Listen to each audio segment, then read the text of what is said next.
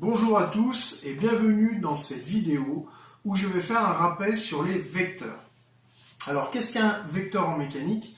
Eh bien un vecteur en mécanique c'est un segment de droite orienté qui va nous permettre d'illustrer des forces, des moments de force ou bien encore des vitesses.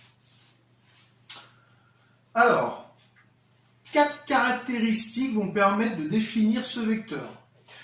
Nous avons quoi? Nous avons sa direction ici. Le vecteur représenté sur sa direction avec un point d'application A sur l'origine du vecteur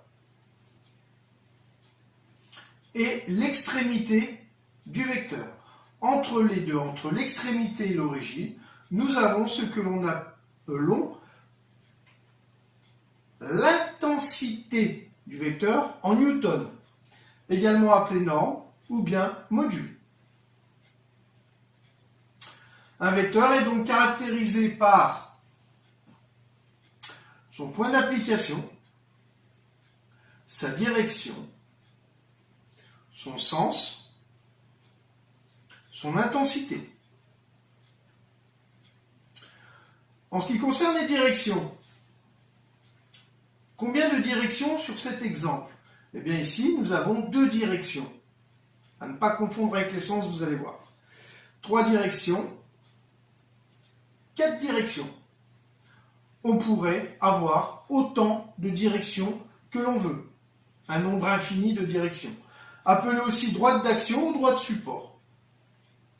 Combien de sens pour ces 2 directions? Eh bien ici, je vais avoir 4 sens. En haut, en bas, à gauche et à droite. Un nombre infini également de sens suivant un nombre de directions infini. Voici un exemple. En ce qui concerne le mouvement des vecteurs, un vecteur se déplace parallèlement à lui-même. Je vous rappelle pour info que pour déplacer un vecteur de façon parallèle, on peut le faire avec une équerre et tracer 2 perpendiculaires. Le vecteur F1 va se déplacer parallèlement à lui-même, ainsi que le vecteur F2 qui va en faire de même.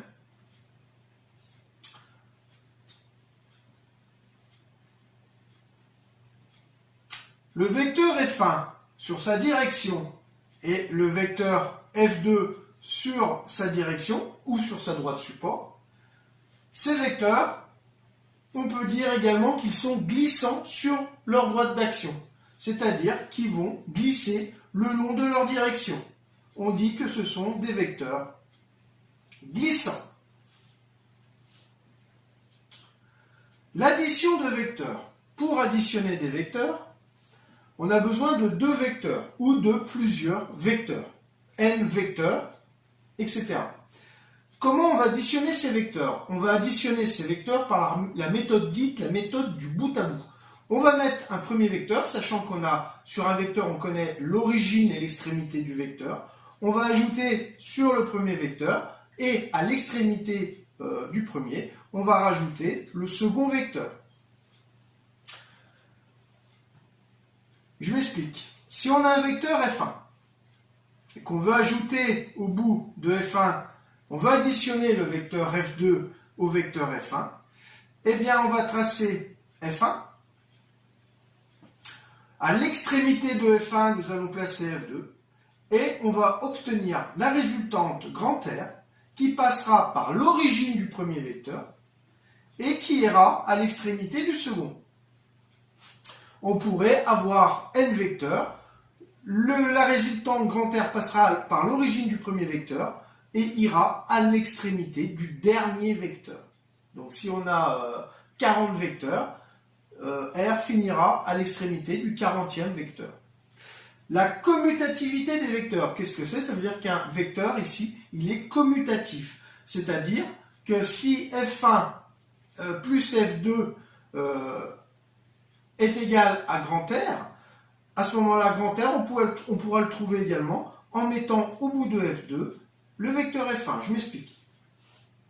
Si vous avez un vecteur F1, vous voulez ajouter le vecteur F2 comme précédemment, nous allons mettre au bout de F1 le vecteur F2. Comme ceci.